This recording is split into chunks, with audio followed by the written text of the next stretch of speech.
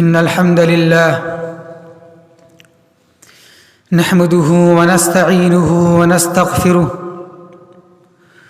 ونعوذ بالله من شرور أنفسنا ومن سيئات أعمالنا من يهده الله فلا مضل له ومن يضلله فلا هادي له وأشهد أن لا إله إلا الله وحده لا شريك له وأشهد أن محمدًا عبده ورسوله فأعوذ بالله من الشيطان الرجيم بسم الله الرحمن الرحيم يا أيها الذين آمنوا اتقوا الله حق تقاته ولا تموتن إلا وأنتم مسلمون يا أيها الناس اتقوا ربكم الذي خلقكم من نفس واحدة وخلق منها زوجها وبث منهما رجالا كثيرا ونساء واتقوا الله الذي تساءلون به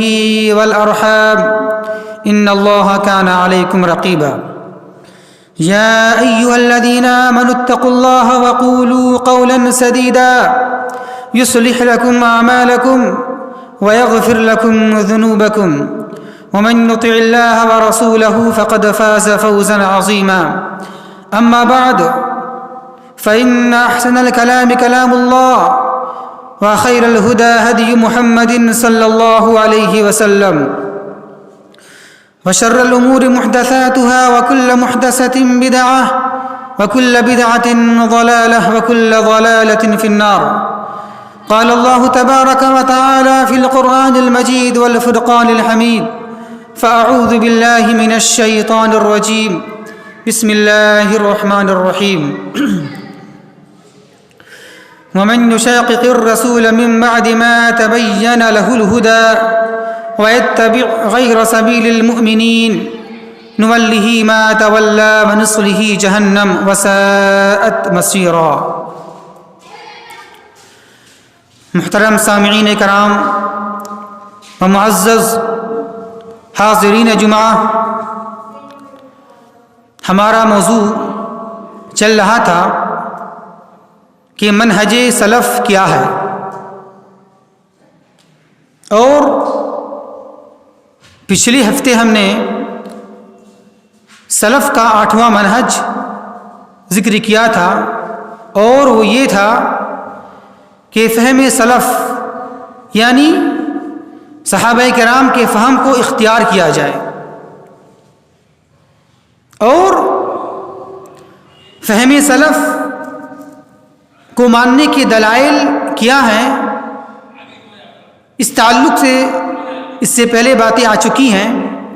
اسی طرح یہ بات بھی اس سے پہلے آ چکی ہے کہ اگر قرآن و حدیث کو سمجھنے میں صحابہ کرام کے فہم کو اختیار نہ کیا جائے، صحابہ کے منہج کو نہ لیا جائے، تو بہت سارے ایسے مسائل ہیں جس کو صحابہ کے بغیر اگر ہم سمجھنا چاہیں تو وہ مسئلہ، وہ چیز سمجھ میں نہیں آ سکتی ہے صحابہ کرام کے بغیر۔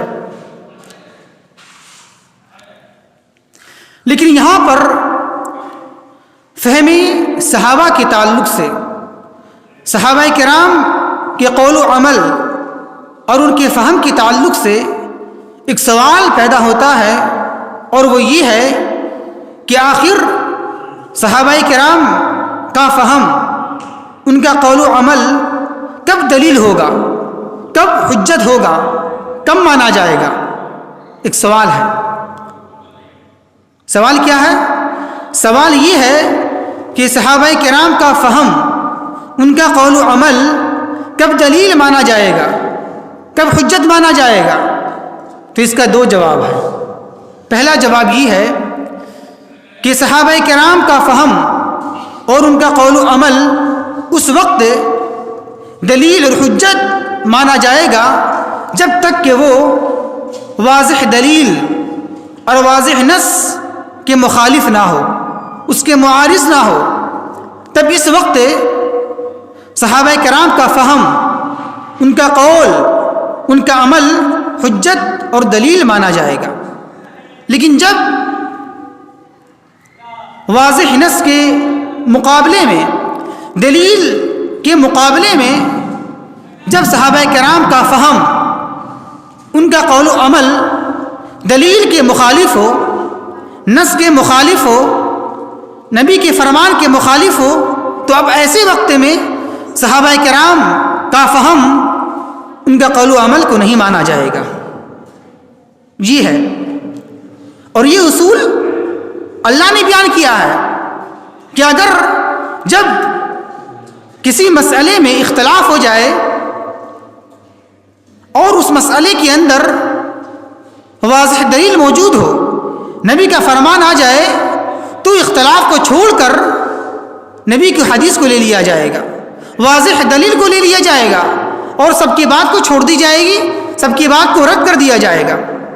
جیسا کہ اللہ تبارک و تعالی بیان فرماتا ہے سورہ نساء 5ویں پارے کے اندر، کیا یا ایھا الذین آمنوا اطیعوا اللہ واطیعوا الرسول واولی الامر منکم فإن تنازعتم فی شیء فردوہ الی اللہ والرسول۔ کیا ہے؟ اللہ بیان فرماتا ہے اے ایمان والو، اللہ کی اطاعت کرو اور رسول اللہ صلی اللہ علیہ وسلم کی اطاعت کرو، وَأُولِي الْأَمْرِ مِنْكُمْ، اور تم میں سے جو امراء ہیں، علماء ہیں، ذمہ دار ہیں، ان کی اطاعت کرو، ان کی بات کو مانو۔ لیکن اگر پھر کیا اللہ نے آگے بیان کیا ہے، فَإِن تَنَازَعْتُمْ فِي شَيْءٍ، اگر اختلاف ہو جائے، علماء کی بات کو ماننے میں، امراء کی بات کو ماننے میں اختلاف ہو جائے، تب کہاں پلٹانا ہے، تب کہاں لوٹانا ہے؟ اس وقت اللہ تبارک و تعالی بیان فرما رہا ہے کیا، فردوہ الی اللہ والرسول، اس معاملے کو، اس بات کو اللہ اور اس کے رسول صلی اللہ علیہ وسلم کی طرف پلٹا دینا ہے، لوٹا دینا ہے۔ اور اس مسئلے میں جو کتاب اللہ سے، جو حدیث رسول اللہ صلی اللہ علیہ وسلم سے جو بات ثابت ہو جائے اس کو مان لیا جائے، اور جو مخالف ہو اس کو چھوڑ دیا جائے۔ تو یہ اللہ کا فرمان ہے۔ اسی طرح اللہ بیان فرماتا ہے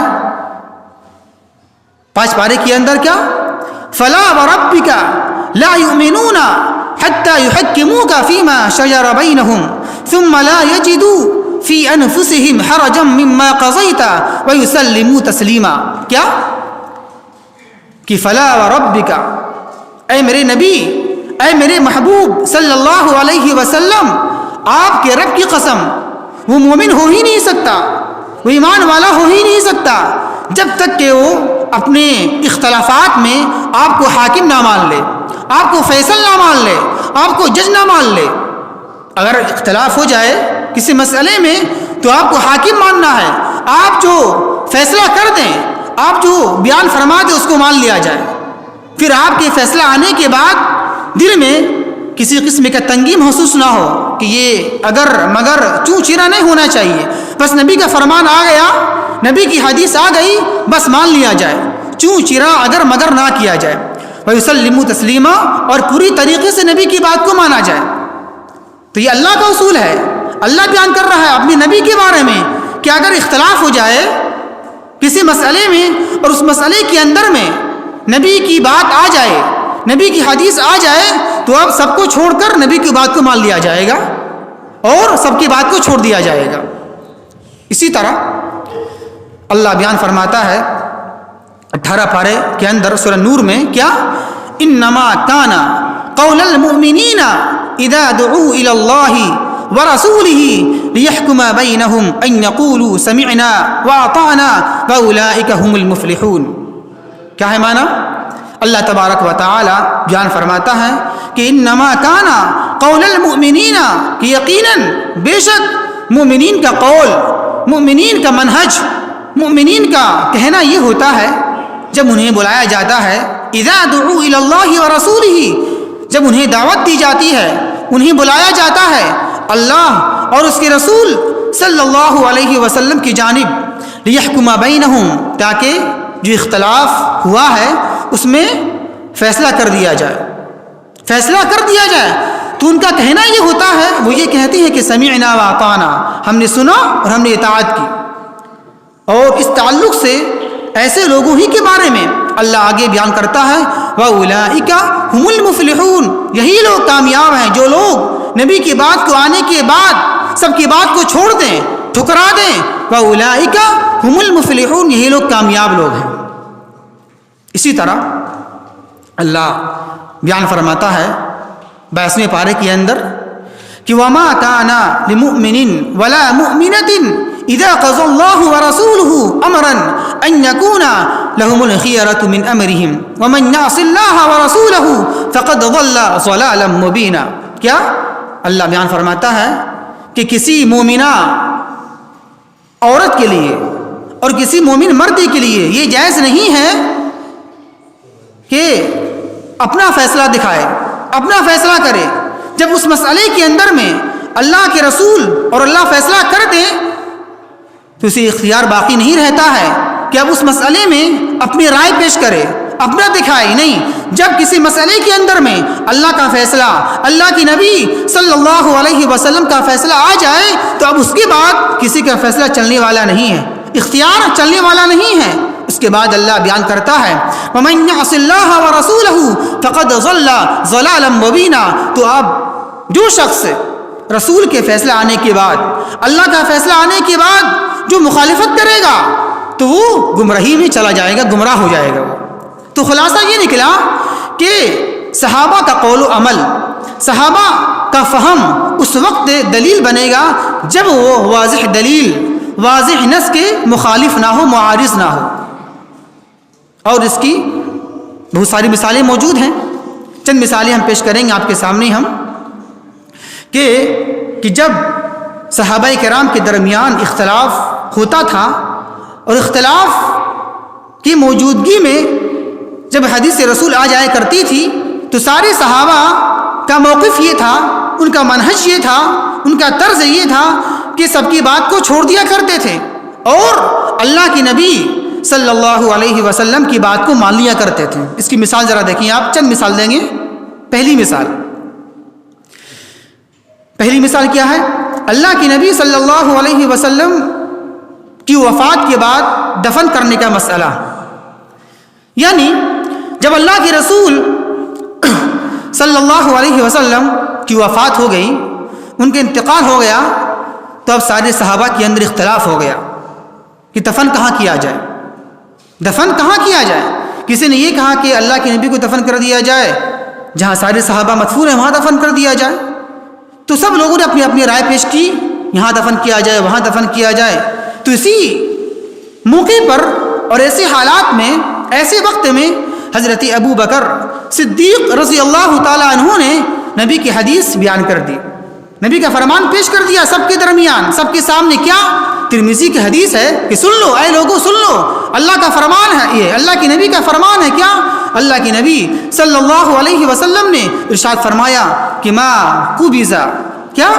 ما قبض نبی الا دفن حیث یقبض، کہ نبی کی موت جہاں ہوتی ہے وہیں اس کی دفن کی جاتی ہے. نبی کی موت جہاں ہوتی ہے وہیں اس کی دفن کی جاتی ہے، اس کی تدفین وہیں ہوگی. تو سارے صحابہ خاموش ہو گئے، اب مان لیا چونکہ نبی کا فرمان آ گیا. سارے صحابہ نے سر کو جھکا لیا کہ نبی کی حدیث آ گئی ہے، اب ماننا پڑے گا مجھے. اختلاف سب ختم ہو گیا، سارا جھگڑا ختم ہو گیا، کہاں دفن کرے نہیں کرے، نبی کی حدیث آ گئی، سب لوگوں نے مان لیا، سمعنا واطعنا کر لیا، ہم مان لیا. تو اب سارے صحابہ نے یہ کہا کہ ایسا کیا جائے، نبی کی موت جہاں ہوئی ہے وہیں دفن کر دیا جائے. تو چنانچہ اللہ کی نبی صلی اللہ علیہ وسلم کو حجرہ عائشہ کے اندر ہی دفن کر دیا گیا. حضرت عائشہ رضی اللہ تعالیٰ عنہ کا جو حجرہ ہے، ان کی وفات وہیں ہوئی تھی تو وہیں ان کو دفن کر دیا گیا. تو یہ دلیل موجود ہے، مثال موجود ہے کہ جھگڑے کے اندر، اختلافات کے اندر جب بھی دلیل آ گئی، نبی کا قول آ گیا تو سارے صحابہ نے مان لیا اور اختلاف کو ختم کر دیا. اسی طرح ایک اور مثال لے لیجیے آپ، وفات رسول کا مسئلہ. کیا؟ وفات رسول کا مسئلہ. جب اللہ کے نبی صلی اللہ علیہ وسلم کی وفات ہو گئی، ان کی موت ہو گئی، تو سارے صحابہ کے اندر کوحرام سمجھ گیا، ہلچل سی مچ گئی. اور تو اور عمر رضی اللہ تعالیٰ عنہ جیسا اتنا بڑا صحابی، اتنا عظیم الشان صحابی، اتنا دگج صحابی، وہ تیار نہیں ہو رہے ماننے کے لیے. ہم نہیں مانیں گے، اللہ کے نبی زندہ ہیں، مرے نہیں ہیں. نعوذ باللہ، اللہ کے نبی زندہ ہیں، ہم نہیں مانیں گے، وہ مرے نہیں ہیں، ہم مانیں گے نہیں یہ بات. بلکہ جس طرح حضرت موسیٰ علیہ السلام کہیں طور پر گئے تھے تورات کو لانے کے لیے، پھر وہ چلے آئے، اسی طرح اللہ کے نبی صلی اللہ علیہ وسلم تھوڑی دیر کے لیے گئے، پھر وہ چلے آئیں گے، وہ لوٹ آئیں گے. اور لوٹ آنے کے بعد منافقین کو خاتمہ کریں گے، اس کو ختم کر دیں گے. تو اللہ کے رسول زندہ ہیں، مرے نہیں ہیں. وہ تیار نہیں ہو رہے ماننے کے لیے کہ ہم کیسے مانیں، ہم اللہ کے نبی اس دنیا سے چلے گئے، نہیں، زندہ ہیں. تو اب کیا کیا جائے؟ تو اب ایسے موقع پر ابو بکر صدیق رضی اللہ تعالی عنہ نے خطبہ دیا، اور خطبے کے دوران قرآن کریم کی ایک آیت پیش کی. کیا یہ پیش کیا؟ وما محمد الا رسول قد خلت من قبلہ الرسل افئن مات او قتل انقلبتم علی اعقابکم. کیا کہ وما محمد الا رسول، کہ سن لو، سارے لوگوں سن لو کہ محمد صلی اللہ علیہ وسلم صرف ایک رسول ہیں، ایک پیغمبر ہیں. اگر وہ جس طرح سب رسول آئیں اور چلے گئے، اگر اسی طرح اللہ کے نبی صلی اللہ علیہ وسلم فَإِن مَاتَ، اگر وہ وفات پا جائیں، ماتا مر جائیں، او قتلا یا قتل کر دیے جائیں، شہید کر دیے جائیں، تو کیا تم اپنے دین سے پھر جاؤ گے، پلٹ آؤ گے؟ تو جب یہ آیت کریمہ سنی، بیان فرماتے عمر رضی اللہ تعالیٰ عنہ کہ جب ہم نے حضرت ابو بکر صدیق رضی اللہ تعالیٰ عنہ کی زبان سے یہ آیت کریمہ سنی، تو ایسا محسوس ہوتا ہے کہ ابھی یہ آیت نازل ہو رہی ہے، ابھی یہ آیت اتر رہی ہے. اور پھر دہشت کے مارے میرا پیر زمین سے اٹھ نہیں رہا تھا، گھسک نہیں رہا تھا، اور میں دہشت کے مارے زمین پر گر گیا، نیچے گر گیا. کیا مجھے یقین ہو گیا ہے کہ واقعی میں اور اللہ کے نبی صلی اللہ علیہ وسلم اس دنیا کے اندر موجود نہیں ہیں، اب چلے گئے ہیں. اب دیکھیے اختلاف ہوا، عمر رضی اللہ تعالیٰ عنہ تیار نہیں ہو رہے ماننے کے لیے، ہم نہیں مانیں گے، اللہ کے نبی کی موت ہو گئی، ہم نہیں مانیں گے. ہم دلیل آ گئی، قرآن کی آیت آ گئی. قرآن کی آیت ہے نا، انک میت و انہم میتون. اللہ بیان کرتا ہے اللہ کے نبی کے بارے میں کہ اے میرے نبی محمد صلی اللہ علیہ وسلم، آپ کو موت آنے والی ہے، آپ کا انتقال ہونے والا ہے، آپ مرنے والے ہیں اور لوگ بھی مرنے والے ہیں. جب یہ آیت کریمہ، یہ دو آیت کریمہ پیش کی گئی، سب مان لیا کہ واقعی میں اب اللہ کے نبی اس دنیا سے چلے گئے ہیں، ان کی موت ہو گئی ہے. تو آپ نے دیکھا اختلاف ہوا ہے صحابہ میں، لیکن جب دلیل آ گئی، قرآن کی آیت آ گئی، نبی کا فرمان آ گیا، تو فوراً مان لیا. ایسا نہیں کہ لاکھ آ جائے قرآن کی آیت، حدیث آ جائے، ہم نہیں مانیں گے. تو صحابہ کا منہج یہ تھا کہ جب کسی صحابی کا قول، کسی صحابی کا عمل اگر وہ مخالف ہو جائے قرآن کی آیت سے یا نبی کا قول و عمل سے، تو اب صحابی کی بات کو نہیں مانی جائے گی، بلکہ اس وقت میں اللہ کے نبی صلی اللہ علیہ وسلم کی بات مانی جائے گی. یہ ہے پہلا جواب. دوسرا جواب، صحابہ کرام کے فہم اور ان کا قول و عمل کب مانا جائے گا؟ دوسرا جواب، کب مانا جائے گا؟ اس وقت مانا جائے گا جب کسی مسئلے میں قرآن و حدیث خاموش ہو، کچھ نہیں بولتا ہو. ذرا غور کیجئے گا پھر سے. دوسرا جواب، صحابہ کرام کا فہم، ان کا قول و عمل کب مانا جائے گا؟ اس وقت مانا جائے گا جب کسی مسئلے کے اندر میں قرآن و حدیث خاموش ہو، یا صراحتاً، وضاحتاً، کلیئر، صاف طور سے نام لے کر قرآن کے اندر، حدیث کے اندر کوئی حکم موجود نہ ہو، لیکن اس مسئلے کے اندر، اس عمل میں، اس چیز میں صحابہ کا اجماع ہو جائے، سارے صحابہ متفق ہو جائیں، اس کو مان لیں، تو اب یہ دلیل بن جائے گی. اب یہ ذرا غور کیجئے گا، قرآن حدیث خاموش ہو کسی مسئلے کے اندر میں، یا صراحتاً دلیل نہ ہو، موجود نہ ہو، تو اب اس مسئلے میں جب سارے صحابہ متفق ہو جائیں، اجماع کر لیں، تو اب وہ صحابہ کا اجماع، اتفاق کر لینا کسی مسئلے میں دلیل بن جائے گا. مثال، اس کی مثال لے لیجیے آپ. اس کی مثال، پہلی مثال یہ ہے، اللہ کے نبی صلی اللہ علیہ وسلم کے بعد خلافت کا مسئلہ. کیا ہے؟ اللہ کی نبی صلی اللہ علیہ وسلم کے بعد خلافت کا مسئلہ. جب اللہ کے رسول صلی اللہ علیہ وسلم اس دنیا سے چلے گئے، وفات پا گئے، تو اب سارے صحابہ کے اندر اختلاف ہو گیا کہ خلیفہ کسے بنایا جائے، امیر کسے بنایا جائے. اب تو اللہ کے نبی ہے نہیں، حاکم کس کو مانیں گے ہم، خلیفہ کس کو مانیں ہم. اختلاف ہو گیا سارے صحابہ میں. کسی نے یہ رائے پیش کی کیسا کیا جائے، انصار مہاجرین میں سے ایک ایک کو لے لیا جائے، امیر حاکم مان لیا جائے. ایک امیر اور ایک حاکم مہاجر میں سے ہو، اور ایک امیر ایک حاکم انصار میں سے ہو. تو ایسا کیا جائے، مہاجرین انصار میں سے ایک ایک کو لے لیا جائے اور امیر مان لیا جائے. کسی نے یہ مشورہ پیش کیا اپنا اپنا. پھر اخیر میں غالباً عمر رضی اللہ تعالیٰ عنہ نے یہ مشورہ پیش کیا اور یہ کہا کہ نہیں، ابو بکر صدیق رضی اللہ تعالیٰ عنہ کو خلیفہ مانا جائے، ان کو حاکم مانا جائے. اس لیے کہ ان کی بہت ساری فضیلتیں ہیں، ان کی بہت ساری فضیلتیں ہیں، ان کی بہت سارے فضائل ہیں. کیا وہ اس طرح فضیلت ہے ابو بکر رضی اللہ تعالیٰ عنہ کی کہ ابو بکر رضی اللہ تعالیٰ عنہ ہی وہ شخص ہیں، وہ فرد ہیں کہ اللہ کے نبی صلی اللہ علیہ وسلم کی یار غار ہیں. یار غار ہیں کہ جب اللہ کے نبی صلی اللہ علیہ وسلم ہجرت کیے، مکے سے مدینہ گئے، تو آپ کے ساتھی کون تھے، آپ کے یار غار کون تھے، ابو بکر صدیق رضی اللہ تعالیٰ عنہ. تو ساتھ ہجرت کیے اور یہاں تک کہ مصیبتیں اٹھائی، ساتھ میں برداشت کیا. یہ فضیلت ان کی ہے. یار غار کون، کوئی اور نہیں، یار غار ابو بکر صدیق رضی اللہ تعالیٰ عنہ ہیں.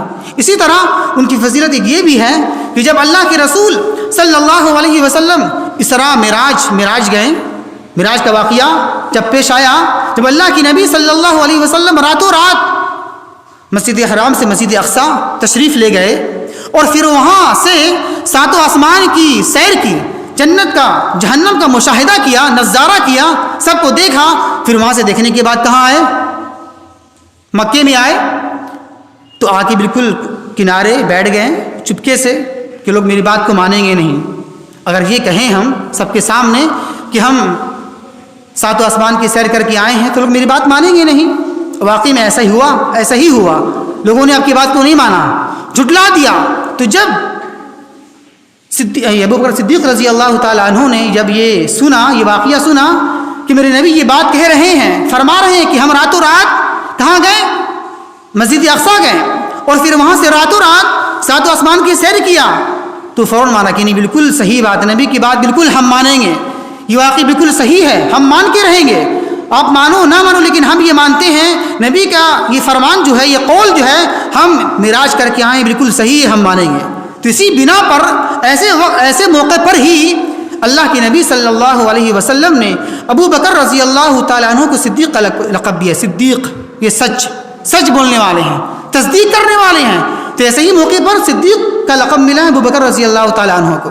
تو ان کی فضیلت، یہ ساری ان کی فضیلتیں ہیں. ان کا ساتھ، انہوں نے ساتھ دیا اللہ کے نبی کا، قدم قدم پر ساتھ دیا ہے. جس وقت میں کفار نے نہیں مانا، مشرکین نے نہیں مانا، تکذیب کیا، جھٹلایا، ایسے موقع پر ساتھ دیا انہوں نے. ان کی فضیلت ہے یہ. اسی طرح ان کی ایک فضیلت یہ بھی ہے کہ اللہ کی نبی صلی اللہ علیہ وسلم نے اپنی زندگی ہی میں، اپنی حیات ہی میں، مرض الموت کے وقت میں امامت کے لیے آگے کیا. جب اللہ کی نبی صلی اللہ علیہ وسلم مریض تھے تو ایسے وقت میں آپ نے مصلی میں امامت کے لیے کس کو آگے کیا، ابو بکر رضی اللہ تعالیٰ عنہ کو. یہ فضیلت ہے، یہ مقام ہے کس کا، ابو بکر رضی اللہ تعالیٰ عنہ کا، کسی اور کا نہیں ہے، کسی اور صحابی کا نہیں ہے. تو جب عمر رضی اللہ تعالیٰ عنہ اتنی فضیلتیں دیکھی، ان کی اتنی ساری فضائل ہیں، اتنی فضیلتیں ہیں کہ جس شخص کو اللہ کے نبی صلی اللہ علیہ وسلم نے اپنی زندگی ہی میں امامت کے لیے آگے کر دیا، تو ہم اس شخص کو، اس فرد کو اللہ کی نبی کی وفات کے بعد خلافت کے لیے آگے کیوں نہ کریں، ہم خلیفہ کیوں نہ مان لیں، جس کو اللہ کی نبی نے امام بنا دیا ہو اپنی زندگی میں. تو ہم اس کو نبی کی وفات کے بعد کیوں نہیں حاکم مان لیں، خلیفہ مان لیں. تو یہ فضائل کی بنا پر عمر رضی اللہ تعالیٰ عنہ نے یہ کہا کہ ابو بکر ہی خلیفہ حاکم بنیں گے. تو سب لوگوں نے بیعت کر لیا، سب لوگوں نے مان لیا کہ ٹھیک ہے، آج سے میرے خلیفہ اور امیر کون ہوں گے، ابو بکر صدیق رضی اللہ تعالیٰ عنہ ہوں گے. اجماع ہو گیا، مان لیا. تو یہاں ماننا ہے، گرچہ قرآن حدیث واضح موجود ہے، تو قرآن کی آیت ہے کہ ابو بکر کو مان لو، حدیث موجود ہے واضح کلیئر ہے اس میں کہ میرے بعد خلیفہ ابو بکر رضی اللہ تعالیٰ عنہ ہوں گے، ہے نہ قرآن ہے نہ آیت کریمہ ہے، نہ حدیث ہے نہ آیت کریمہ ہے، کچھ بھی نہیں ہے کہ خلیفہ آپ کو ابو بکر ہی کو ماننا ہے، کلیئر ہے ہی نہیں، میرے کو کلیئر نہیں ملے گا آپ کو، واضح موجود ہے ہی نہیں نص، لیکن صحابہ کا اجماع یہاں پر ہے، تو صحابہ کا اجماع ماننا ہے مجھے، سارے صحابہ متفق ہو گئے کہ اس کے بعد اللہ کے نبی صلی اللہ علیہ وسلم کے بعد حاکم کس کو ماننا ہے؟ ابو بکر رضی اللہ تعالیٰ عنہ کو ماننا ہے، تو مان لیا جائے۔ اب بولیں گے قرآن دکھاؤ، حدیث دکھاؤ، واضح کلیئر کٹ تو نہیں ملے گا آپ کو، صحابہ کا اجماع یہاں ملے گا آپ کو، تو صحابہ کا اجماع ماننا آپ کو یہاں پر ہے۔ اس کی ایک مثال، دوسری مثال، آخری مثال، مانعین زکوٰۃ سے جنگ کرنے کا مسئلہ کیا ہے؟ مانعین زکوٰۃ سے جنگ کرنے کا مسئلہ، جب اللہ کے رسول صلی اللہ علیہ وسلم کی وفات ہو گئی اور آپ کے بعد ابو بکر صدیق رضی اللہ تعالیٰ عنہ خلیفہ بن گئے، امیر بن گئے، حاکم بن گئے، تو آپ کے دور خلافت میں، آپ کے دور حکومت میں بہت ساری فتنہ رونما ہوئے، مرتد بن گئے لوگ۔ اسی فتنے میں سے ایک فتنہ یہ بھی تھا، کیا تھا؟ کہ کچھ لوگوں نے زکوٰۃ دینے سے انکار کر دیا کہ زکوٰۃ نہیں دیں گے ہم، کچھ لوگوں نے یہ کہا کہ ہم زکوٰۃ نہیں دیں گے، ہم زکوٰۃ کے منکر ہو گئے، اور یہ اپنی طرف سے یہ عقیدہ بنا لیا، گڑھ لیا کہ زکوٰۃ لینے کا حکم صرف اللہ کے نبی کے لیے خاص تھا، ہم زکوٰۃ صرف اللہ کے نبی صلی اللہ علیہ وسلم ہی کو دیتے ہیں، چونکہ اب تو اللہ کے نبی ہے نہیں تو زکوٰۃ اب نہیں دیں گے ہم، یہ خاص نبی کا حکم تھا کہ نبی زکوٰۃ سب سے لیں، وصول کریں، اب تو اللہ کی نبی ہے ہی نہیں تو زکوٰۃ ہم کسی کو نہیں دیں گے۔ اب قرآن کی آیت کریمہ ہے کیا؟ اللہ بیان کرتا ہے 11 پارے کے اندر میں کیا؟ خذ من اموالہم، ذرا غور کیجیے گا، خذ من اموالہم صدقۃ تطہرہم وتزکیہم بہا وصلی علیہم ان صلاتک سکن لہم۔ کیا یہ خطاب اللہ کے نبی سے ہے کہ اے میرے محبوب، اے محمد الرسول اللہ صلی اللہ علیہ وسلم، آپ لوگوں سے ان کے مال میں سے زکوٰۃ کو لیجئے، وصول کیجئے، اور تاکہ آپ زکوٰۃ لے کر ان کے مال کو پاکیزہ کر دیے، پاک کر دیجئے، وصلی علیہم، اور زکوٰۃ لینے کے بعد ان کو دعا دیجیے، آپ ان کو دعا دیجیے آپ، کیونکہ آپ کی دعا ان کے سکون کا ذریعہ بن جائے گا، ان کے سکون کا ذریعہ بن جائے گا۔ تو اب یہ لوگ ان لوگوں نے کیا بولا؟ دیکھو نبی کا حکم، یہ اللہ کا حکم کس کے لیے؟ نبی کے لیے، کہ اے نبی آپ زکوٰۃ سب سے لیجیے، آپ تو زکوٰۃ لینے کا حق کس کو ہے؟ اللہ کے نبی کو ہے، تو آپ تو اللہ کے نبی ہے نہیں تو زکوٰۃ اب نہیں دیں گے ہم۔ ان لوگوں نے کہا یہ ان لوگوں نے کہا جو زکوٰۃ کے منکر تھے، زکوٰۃ اب نہیں دیں گے ہم۔ تو اب اس موقع پر ابو بکر رضی اللہ تعالیٰ عنہ نے یہ کہا کہ واللہ، اللہ کی قسم، کہ جو شخص، یہ آپ کی روایت فتح الباری کے اندر یہ روایت موجود ہے کہ جب خلیفہ بن گئے، حاکم بن گئے، تو یہ کہا کہ جو لوگ بھی زکوٰۃ روکتے ہیں میں ان سے جنگ کروں گا، میں ان سے جنگ کروں گا۔ تو اب اس موقع پر عمر رضی اللہ تعالیٰ عنہ نے ان سے اختلاف کر لیا کہ نہیں، آپ ان سے جنگ نہیں کر سکتے ہیں، آپ وہ تو ایمان لا چکے ہیں، اللہ کو مان چکے ہیں، رسول کو مان چکے ہیں، آپ ان سے جنگ کریں گے، آپ ان سے قتال جنگ نہ کریں آپ۔ یعنی عمر رضی اللہ تعالیٰ عنہ اور ابو بکر رضی اللہ تعالیٰ عنہ کے درمیان اختلاف ہو گیا، تو آپ کیا کیا جائے؟ جب اختلاف ہو گیا تو عمر رضی اللہ تعالیٰ عنہ نے اللہ کے نبی کا قول پیش کیا۔ کیا پیش کیا؟ بخاری کی حدیث ہے، اللہ کے نبی صلی اللہ علیہ وسلم بیان فرماتے ہیں کیا کہ امرت ان اقاتل الناس، کیا ہے؟ امرت ان اقاتل الناس حتى يقولوا لا الہ الا اللہ فمن قالها فقد عصم مني ماله ونفسه الا بحقها وحسابه على اللہ تعالی۔ کیا معنی اس کا ہے؟ کہ اللہ کے نبی کا فرمان ہے کہ مجھے حکم دیا گیا ہے، مجھے حکم دیا گیا کہ میں جنگ کروں، ان سے لڑوں اس وقت تک جب تک کہ وہ کلمہ کو مان لے لیں، یہ مان نہ لیں کہ اللہ ہی معبود برحق ہے۔ اگر وہ کہہ لیں گے، مان لیں گے کہ اللہ ہی معبود برحق ہے، تو یہ کہنے کے بعد فقد عصم، تو جس نے یہ کہہ لیا کہ لا الہ الا اللہ، تو کہنے کے بعد فقد عصم منی مالہ ونفسہ، تو اس نے اپنی جان کو، اپنے مال کو مجھ سے محفوظ کر لیا، بچا لیا، اور اس کے حساب اللہ کے اوپر میں ہے۔ تو عمر رضی اللہ تعالی عنہ نے ابو بکر رضی اللہ تعالیٰ عنہ کے سامنے یہ حدیث پیش کیا کہ دیکھیے یہ حدیث ہے، نبی کا فرمان ہے، نبی یہ کہہ رہے ہیں کہ جس نے یہ گواہی دے دیا، کلمہ پڑھ لیا، تو اس نے اپنی جان کو، مال کو بچا لیا، آپ اس کی جان لینے والے ہیں، ان سے جنگ کر رہے ہیں آپ، یہ غلط ہے، اختلاف ہو گیا۔ تو اب اس وقت کیا کہا ابو بکر رضی اللہ تعالیٰ عنہ نے کہ واللہ، اللہ کی قسم جو شخص بھی نماز اور زکوٰۃ کے درمیان فرق کرے گا ان سے قتال کروں گا، جنگ کروں گا، اس لیے کہ اللہ کا فرمان کیا ہے قرآن کے اندر میں، الا الذین تابوا واقاموا الصلاۃ واتوا الزکاۃ فاخوانکم فی الدین۔ ذرا غور کیجیے گا دلیل کہاں سے لے رہے ہیں، یہ قرآن کی آیت کریمہ سے، الا الذین تابوا واقاموا الصلاۃ واتوا الزکاۃ فاخوانکم فی الدین، کہ جو شخص توبہ کر لے اور توبہ کرنے کے بعد نماز پڑھ لے، زکوٰۃ دے، تب وہ آپ کے بھائی ہوں گے۔ آپ اگر صرف زکوٰۃ دے نماز نہ پڑھے تو آپ کے بھائی نہیں ہیں، یہاں دونوں کو ملایا ہے، الا الذین تابوا واقاموا الصلاۃ واتوا الزکاۃ فاخوانکم فی الدین۔ اگر جو شخص نماز روزہ نہ کریں، اگر وہ نماز پڑھ لیں، زکوٰۃ بھی دے دیں، تب وہ آپ کے دینی بھائی ہیں۔ تو یہیں سے استدلال کیا ابو بکر رضی اللہ تعالیٰ عنہ نے کہ جو شخص بھی تفریق کرے گا، فرق کرے گا نماز کے درمیان اور زکوٰۃ کے درمیان، میں ان سے جنگ کروں گا، میں ان سے قتال کروں گا، جنگ کروں گا، یہاں تک کہ اگر وہ شخص، وہ لوگ جو اللہ کے نبی صلی اللہ علیہ وسلم کو ایک بکری بھی دیا کرتے تھے، اگر وہ بکری روک لیں گے زکوٰۃ میں تو میں ان سے جنگ کروں گا، کیونکہ یہ زکوٰۃ کیا ہے، یہ مال کا حق ہے، ان سے لوں گا، ضروری ہے لینا، ان سے لے کر رہوں گا، کیونکہ تفریق کرنا منع ہے، تفریق کر رہی ہے، نماز پڑھ رہے ہیں زکوٰۃ نہیں دے رہے ہیں، زکوٰۃ کے منکر ہیں، نماز پڑھ رہے ہیں لیکن زکوٰۃ کے منکر ہیں، تو جو تفریق کرے گا، فرق کرے گا نماز کے درمیان اور زکوٰۃ کے درمیان، میں ان سے جنگ کروں گا، قتال کروں گا۔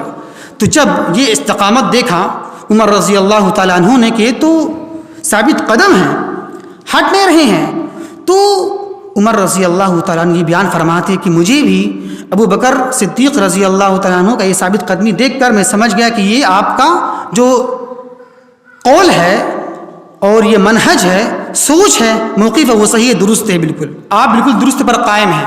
یہاں مان لیا اجماع صحابہ کا، یہاں سب لوگوں نے مان لیا، اختلاف کیا لیکن پھر بعد میں مان لیا لوگوں نے، اختلاف ہوا شروع میں، لیکن جب سمجھایا ابو بکر رضی اللہ تعالیٰ عنہ نے کہ نہیں، جو تفریق کرے گا زکوٰۃ کے درمیان اور نماز کے درمیان، میں ان سے جنگ کروں گا، قتال کروں گا، تو اب اختلاف نہیں رہا، سب لوگوں نے مان لیا کہ بالکل آپ ٹھیک ہیں، آپ جنگ کریں، آپ بلکہ ساتھ دیا اور کہ بالکل ٹھیک ہے، آپ ہی حق پر ہیں، آپ سچ پر ہیں۔ تو یہ مثال ہے، اور بھی وہ ساری مثالیں ہیں، جیسے آپ تدوین قرآن کا مسئلہ، جو جمع قرآن کیا گیا ہے صحابہ کے دور میں، نبی نے یہ نہیں کہا کہ جمع کرو، بعد میں کتابی شکل میں ہے، واضح حدیث حکم نہیں ہے کہ جمع کرو، کتابی شکل تو ہے، بس لکھایا اللہ کے نبی نے اس کو لکھایا ہے، لیکن واضح حکم نہیں ہے، کلیئر کٹ نہیں ہے۔ اسی طرح تراویح کا مسئلہ لے لیجیے، تراویح کا مسئلہ جو ہم پڑھتے ہیں 8 رکعت تراویح، یہ پورے رمضان میں، کیا یہ دلیل موجود ہے یا نبی کا عمل ہے کہ اللہ کے نبی نے پورے رمضان تراویح پڑھی ہے لیکن 3 رات پڑھی ہے، پورا مہینہ نہیں پڑھی ہے؟ نبی کا قول ہے کہ پورے رمضان 30 مہینہ پڑھو، جماعت کے ساتھ پڑھو یہ ہے، لیکن جماعت کے ساتھ پڑھو یہ کہاں ہے؟ یہ تو نہیں نہ ہے، جماعت کے ساتھ پڑھو یہ نہیں ہے، صرف ہے کہ پڑھو، قیام اللیل کرو، لیکن یہ کہا ہے کہ جماعت کے ساتھ پڑھو، تو یہ کہاں سے لیا؟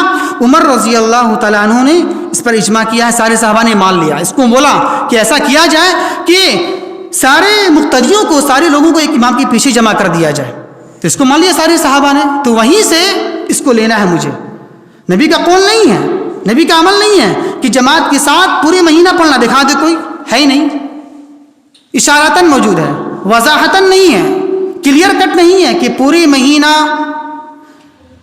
30 دن جماعت کے ساتھ پڑھنا، ایسا نہیں ہے۔ تو یہ اجماع ہے، سارے صحابہ نے اجماع کر لیا ہے کہ پورا مہینہ تراویح کی نماز جماعت کے ساتھ مسجد میں ادا کی جائے، ایک امام کے پیچھے، یہ اجماع ہے۔ تو اجماع کی مثالیں ہیں، یہ اس کو ماننا ہے۔ تو مختصر یہ سن لیں پھر دوبارہ کہ صحابہ کا فہم، اس کا خلاصہ ہے، پورا خطبہ کا خلاصہ یہ ہے، بیان کر رہے ہیں ہم شارٹ میں، کہ صحابہ کا فہم، صحابہ کا قول و عمل حجت کب ہوگا، دلیل کب بنے گا؟ 2 وجہ سے، اس کا 2 جواب ہے۔ پہلا جواب کہ صحابہ کا قول و عمل، صحابہ کا فہم اس وقت دلیل بنے گا، حجت بنے گا، جب صحابہ کا فہم، قول و عمل واضح دلیل، واضح نص کے مخالف نہ ہو، اس کے معارض نہ ہو، ایک جواب۔ دوسرا جواب، صحابہ کا قول و عمل، صحابہ کا فہم اس وقت دلیل بنے گا جب اس مسئلے کے اندر میں قرآن و حدیث خاموش ہو، کلیئر کٹ نص موجود نہ ہو اور اس مسئلے کے اندر میں سارے صحابہ اجماع کر لیں، اتفاق کر لیں، تو اس مسئلے کو اب ماننا ہے، یہ حجت، یہ دلیل بن جائے گا۔ تو یہ ہے اس کا خلاصہ اور اس کا نچوڑ۔ اللہ سے دعا ہے کہ اللہ تبارک و تعالی ہمیں صحیح سمجھ کی توفیق عطا فرمائے۔ وما توفیق الا باللہ انہ تعالی جواد کریم ملک الرؤوف الرحیم۔